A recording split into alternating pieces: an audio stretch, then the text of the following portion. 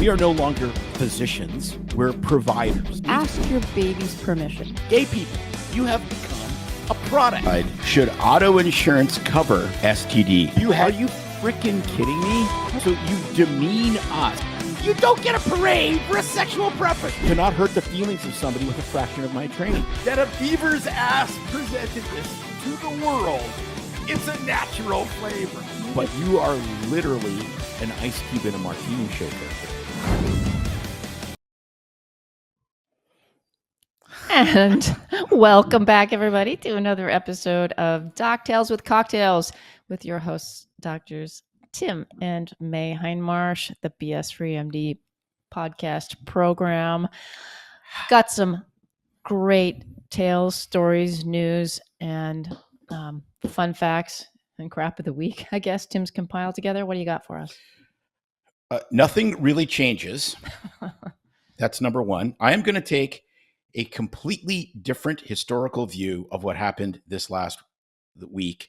So this show will be aired on Monday, whatever that is, the 20th or something of July. So last weekend with President Trump's near fatal assassination attempt, I'm going to take a completely different historical tract. I was thinking about how everyone freaks out about how this is unprecedented. This has never happened. Guess what? It's happened a whole bunch of times. So I'm going to try to de-fear porn the world by talking about the father of Christian contemporary music, the one and only Larry Norman. So that is what we're going to do there. And then we're going to talk about how science is used in marketing in a segment I call Safe and Effective. And then the greatest meme I've seen in probably the last year in this week's meme of the week. Love it. Love it. And of course, this week's cocktail of the week, which we can't forget, which I think you'll slip that in appropriately with the right story. Yes, it'll be part of the Larry Norman story, which I cannot wait to tell. I've wanted to do it for such a long time. You gave it away. Well, anyway, cheers. All right. Let's get going with Nothing Really Changes.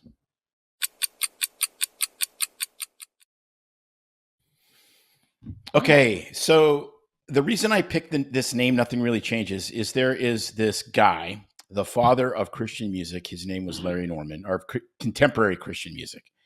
And you have to understand, okay, so here's this guy with shock white hair like Edgar Winters, and was a total hippie. Like he literally was in this band called People, which was this psychedelic band back in the 60s.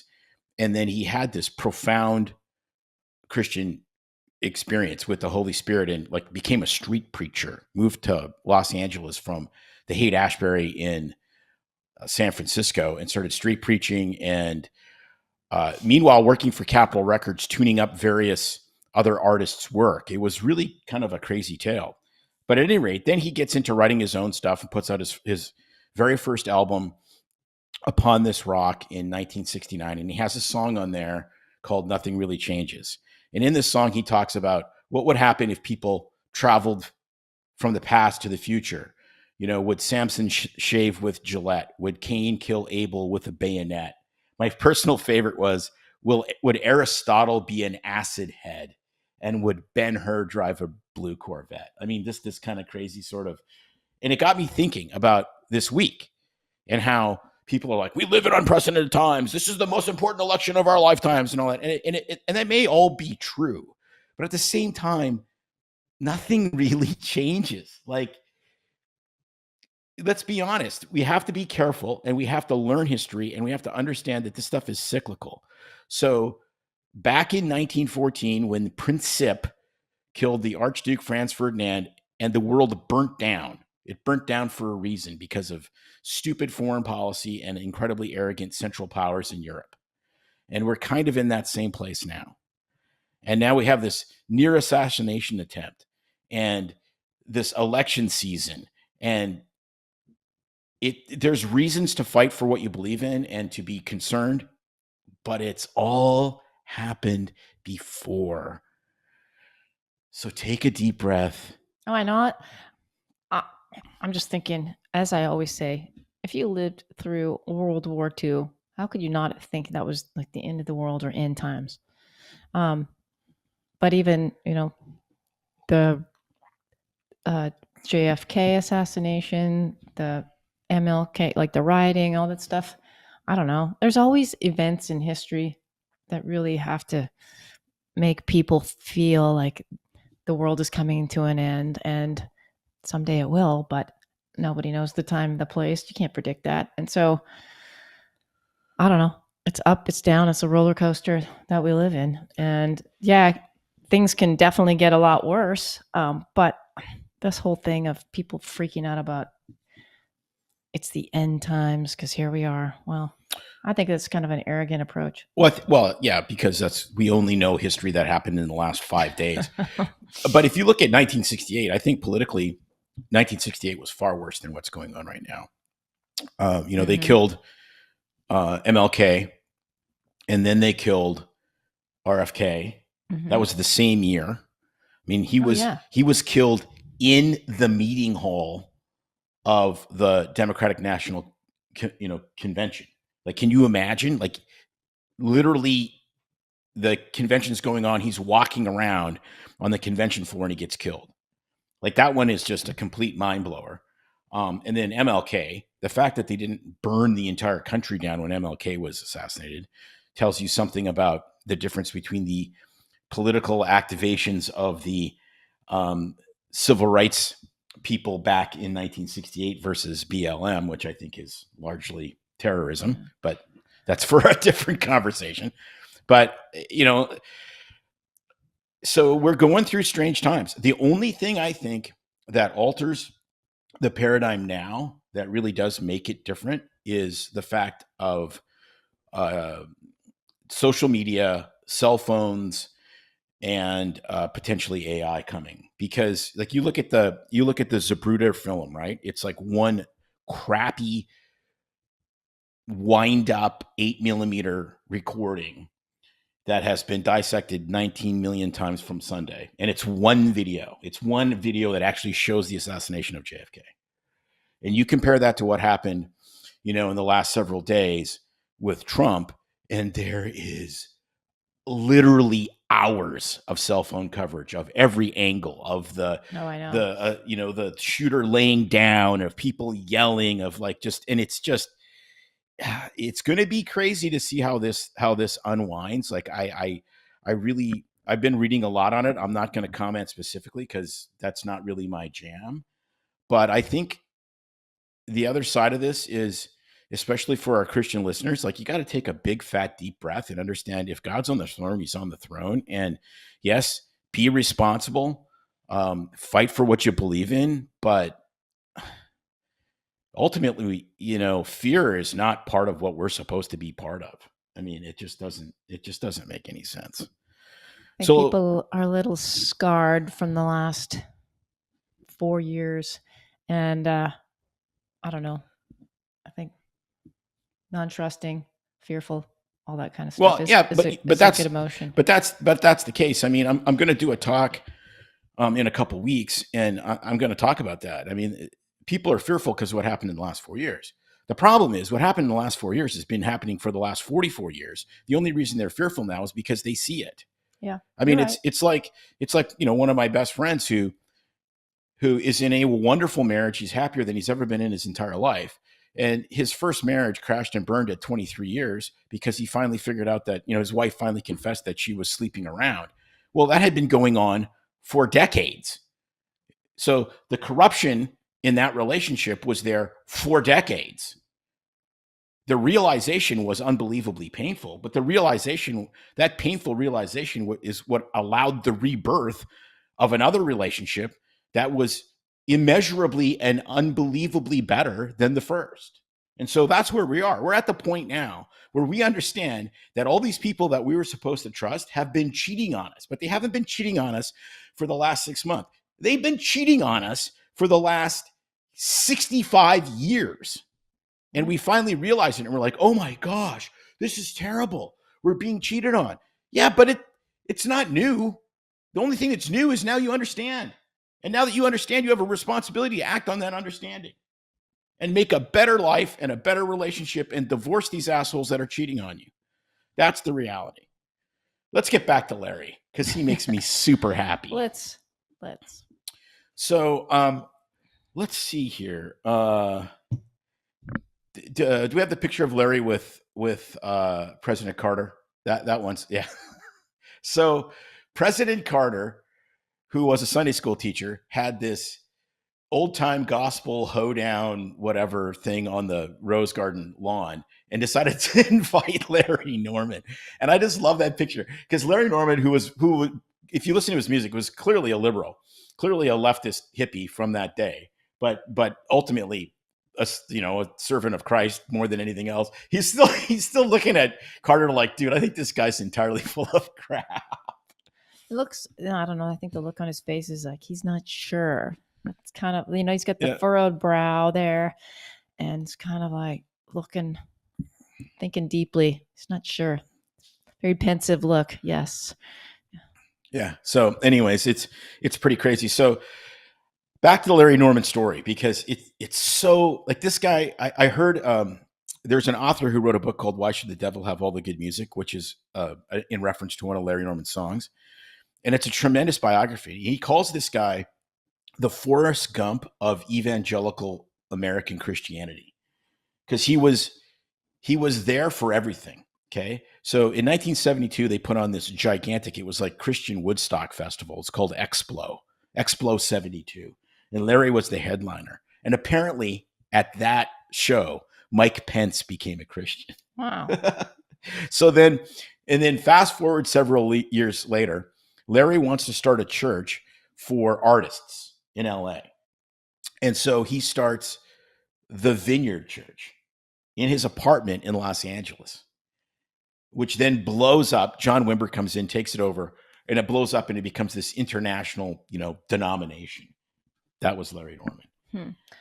And so I thought we were going to go down the docs, talk rock, even the Christian side of rock, and you were going to throw out some medical facts about Larry Norman. We'll get to Larry Norman's medical facts because they're incredibly pertinent. And it's the only reason why I was able to have a pilgrimage to his grave, which we'll get to in a second. I think we need to talk about that. We will. But first, I would really like to listen to the song, watch the video of the song, Look Into Jesus, because this was actually played, at least in part, on Joe Rogan, and Joe Rogan was tripping because he's like, this is really, really good. Because Larry was a tremendously gifted writer. So if we can get that video, that would be cool.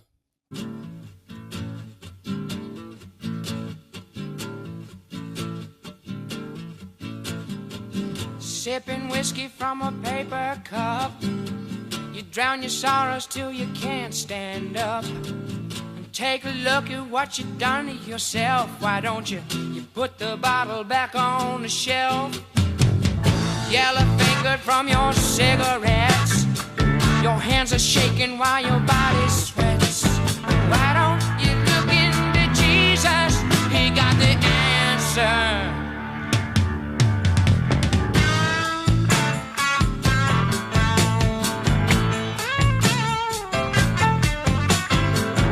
Gonorrhea on Valentine's Day, and you're still looking for the perfect play. You think rock and roll will set you free, honey? Be dead before you're 33. Shoot.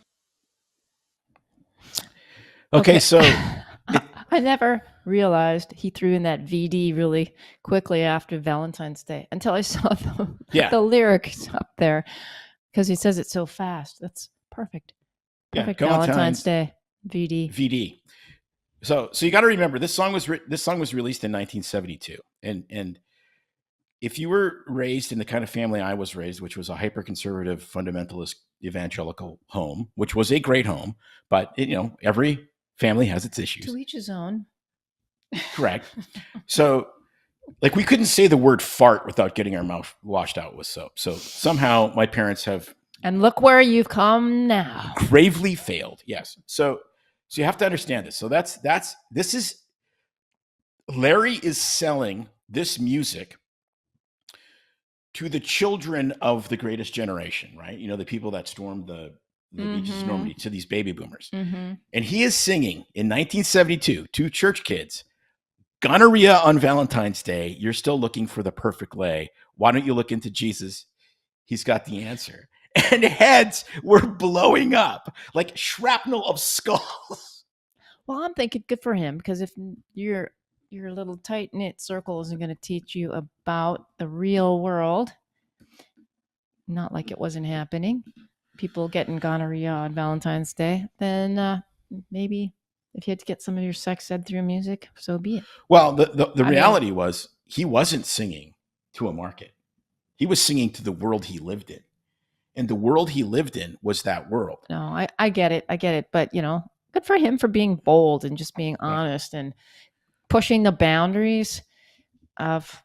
So for those of you not watching, that video is all Janis Joplin. It's all pictures of Janis Joplin. And there's a reason for that. He wrote Look Into Jesus for Janis Joplin. And like, it's so profoundly moving to think of how much he cared. Because here he is in this band, this psychedelic band, People, standing backstage after he's opened for Janis Joplin, watching her, where she can't perform unless she has a paper cup of Southern Comfort at the bottom of the mic. So that's the sipping whiskey from a paper cup. Was Janis getting ready to sing. Wow. And then, of course, they all smoked like crazy. So the yellow fingers. And then the gonorrhea on Valentine's Day, she would literally take men behind the stage and have sex with them in her bathroom, like over and over again. Wow, I wonder, did she ever speak out about that being addressed to her? It seems very effacing. So I wonder what. Well, I don't think it was never out in the open. It was never out in the open at that time. Like, I never knew that was about Janis Joplin until decades later. Oh, okay. So I think she was long since passed away when they really said who it was about. I don't think he ever said. People in the circles must have known who it was. I don't think he ever said anything about what it was about until probably they started looking even into his biographical notes when they started, after Larry passed, which was in 2008. Okay. But it's clearly about Janis Joplin. And so that's why we are drinking, at least I am, Southern Comfort in honor of sipping whiskey through a paper cup. Where's your paper cup? Well, I ran out of time and couldn't get paper cups. And I'm so sick of going to hotels and drinking whiskey out of paper cups. I'm done. Okay. So cheers to you, because that awful looking stuff is not what's in my glass. So to Larry and Janis. And all the Italians out there, I got my little limoncello because I was not going to drink whiskey. This Southern Comfort has so much sugar in it, though. It's not really drinking whiskey. It's not really fair. Man, I am having earbud issues tonight. I look like a complete schmuck. I look like Hannity at the RNC when his ear... I lost my earbud. I lost my ear pierce. Oh, they can't tell me what to say now. Did he lose his earbud? Yeah, he lost his earpiece. Panic ensued. So let's go to the next song selection. And it goes about, we'll listen to probably 3 minutes of this because it's so good and I want to dissect the living heck out of it. It's a song called Reader's Digest. And it is absolutely prophetic, and it makes me think about what's going on in today's world. So we can go with Reader's Digest.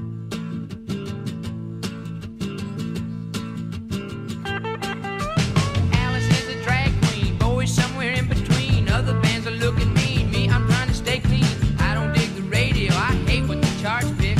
Rock and roll may not be dead, but it's getting sick. All over the world, just jockeys talk the same. In every town I play is like the one from where I came.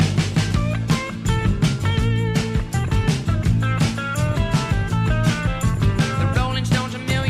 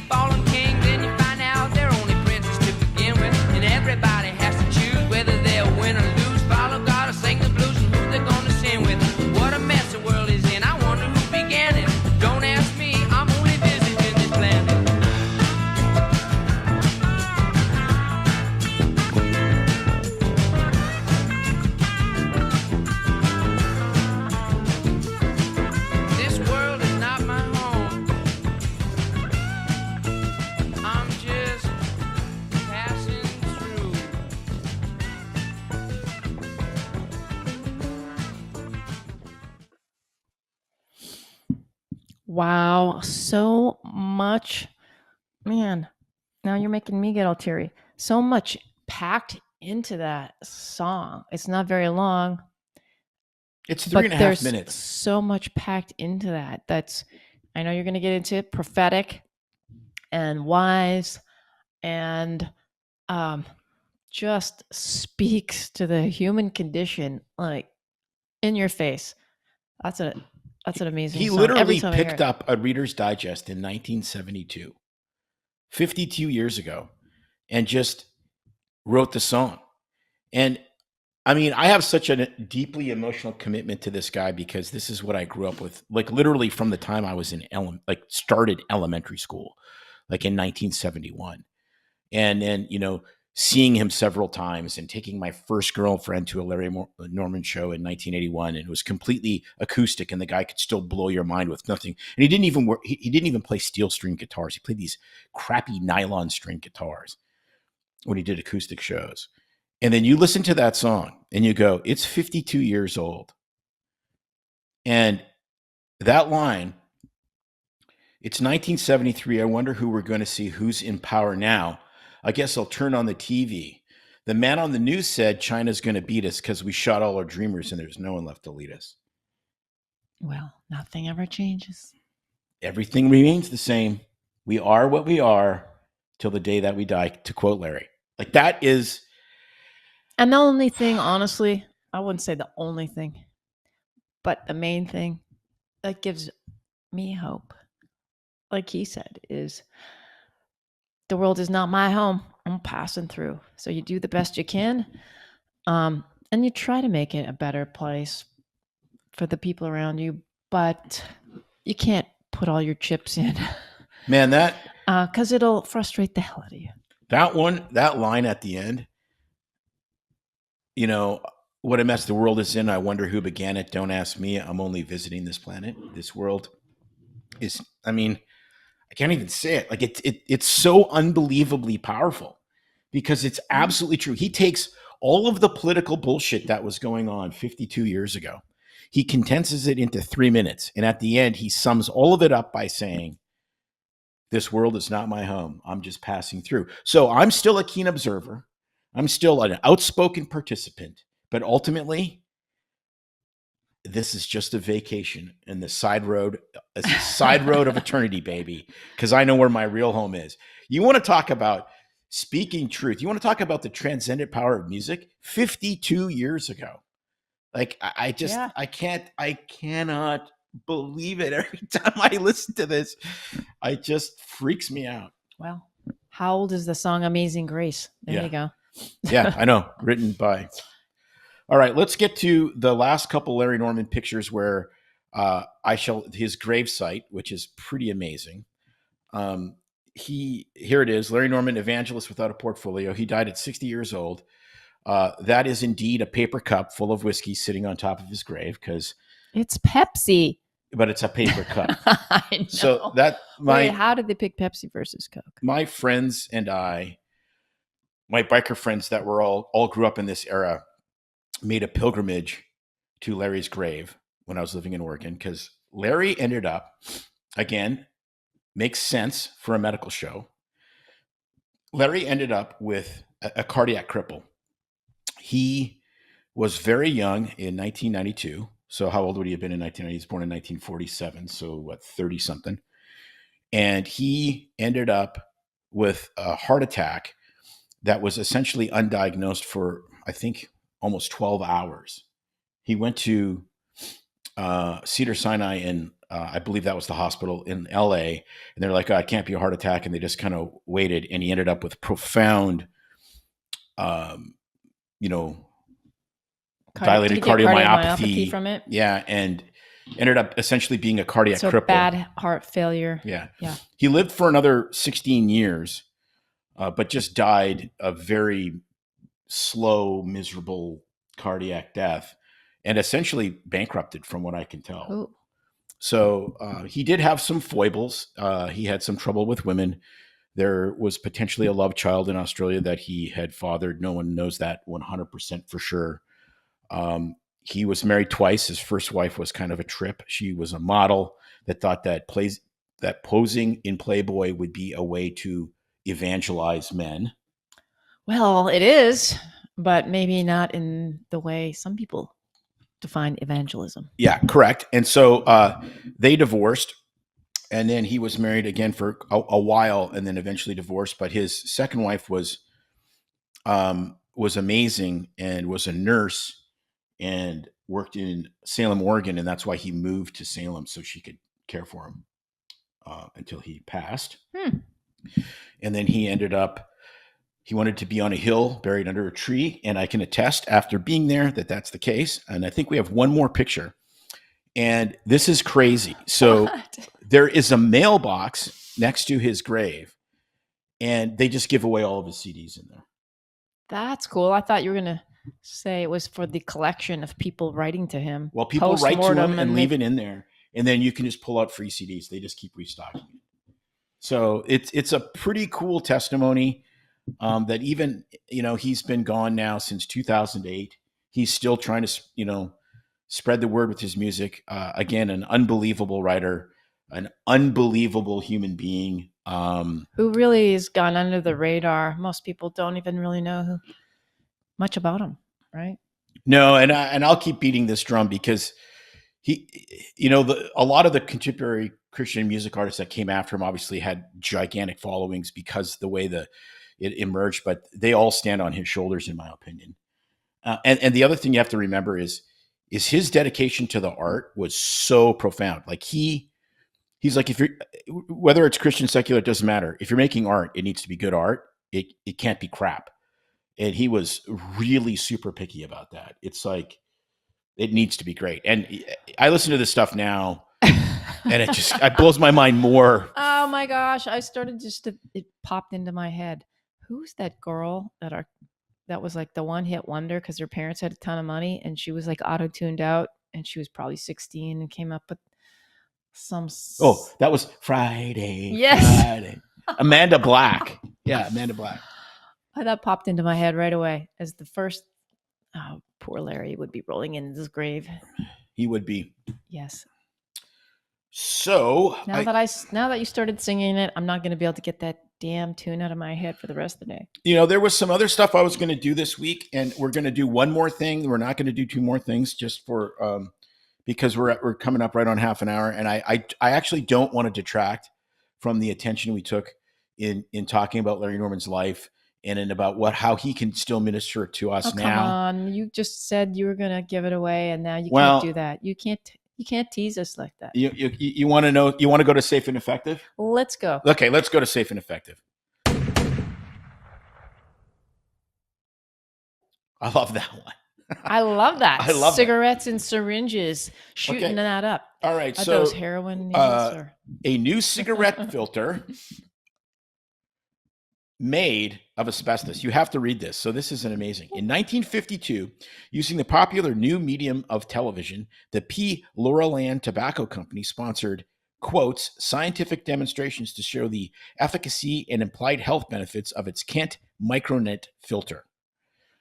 The campaign also featured advertisements in medical journals. Imagine that. Cigarette ads in medical journals. I shit you not. Of course there was. Although the ads did not disclose the composition of Micronet, the material that Lauraland touted as so safe, so effective, it has been selected to help filter the air in hospital operating rooms, and that was used to, quote, purify the air in atomic energy plants of microscopic impurities, was asbestos.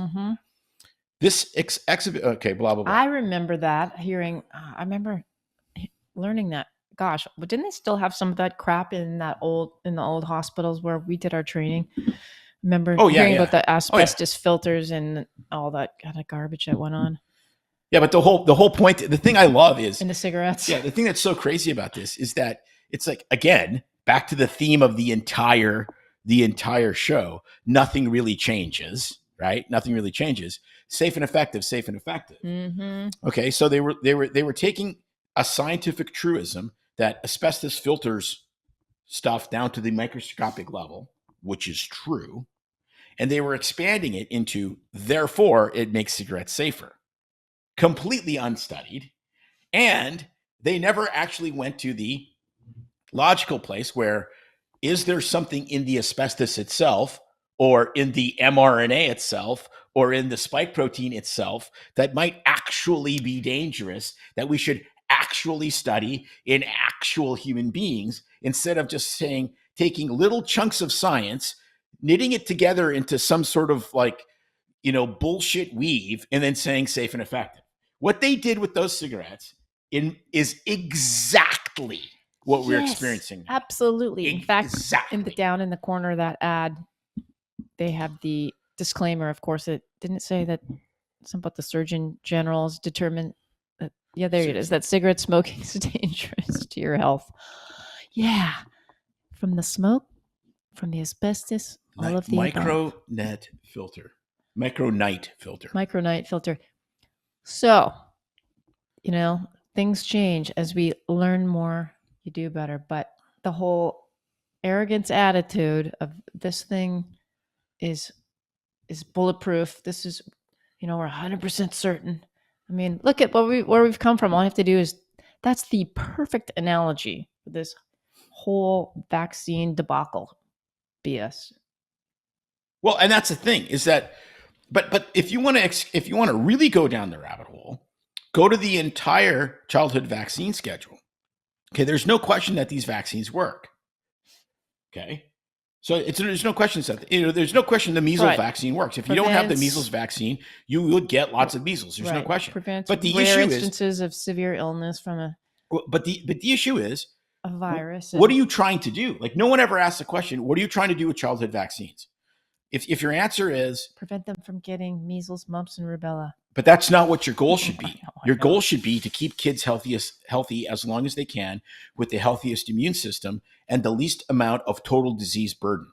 So if that means they never get measles and that drops their total disease burden, then it's worth getting that vaccine. If they get the measles vaccine and they get a neurodegenerative disorder that they're burdened with for the rest of their life, and then they can never be employed, they can never serve in the military, they can never, have normal relationships, then that's not a fair trade.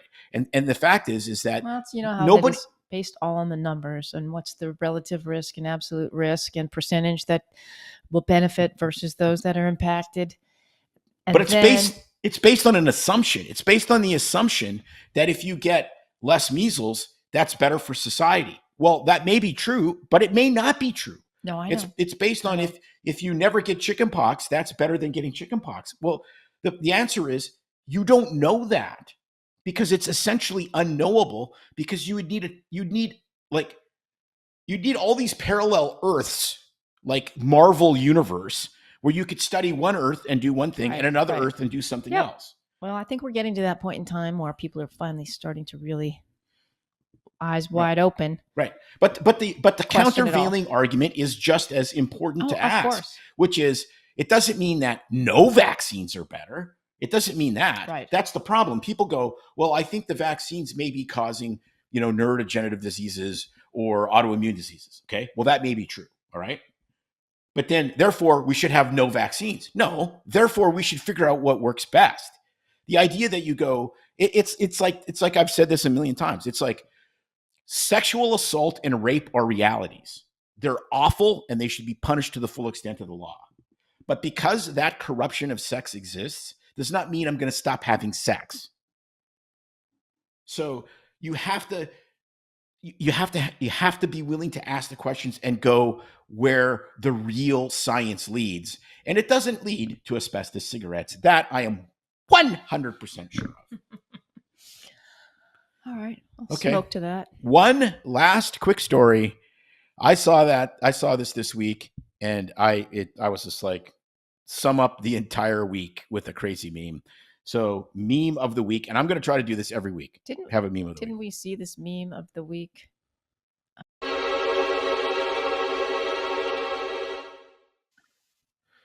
Okay, here it is, kids.